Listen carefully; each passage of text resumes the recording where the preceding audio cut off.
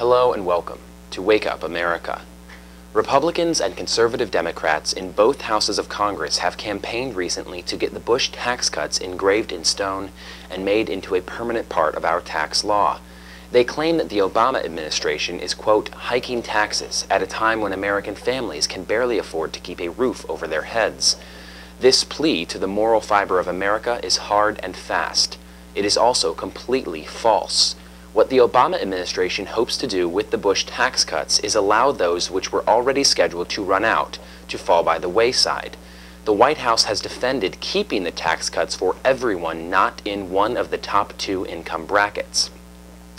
Every tax policy expert, save for those who are bought and paid for by the rich and the corporations who benefited from the tax cuts, have pointed to the Bush tax policies as a primary driver of our fiscal crisis today.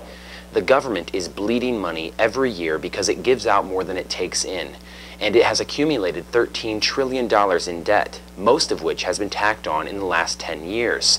If not for the Bush tax cuts, the debt would stand closer to $10 trillion, and our government would not rely so heavily on foreign loans. If the so-called fiscal conservatives have their way, a permanent Bush tax policy will cost this country nearly $4 trillion in additional lost revenue over the next 10 years alone. Most Americans agree that the Bush era was a fiasco for the United States. It makes little sense to make any Bush policies permanent driving forces in America's future.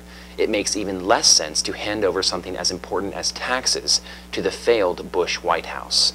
For more related news and topics, please tune in and log on every day at economyincrisis.org. Wake up, America! Open up your eyes! Wake up, America! Wake up!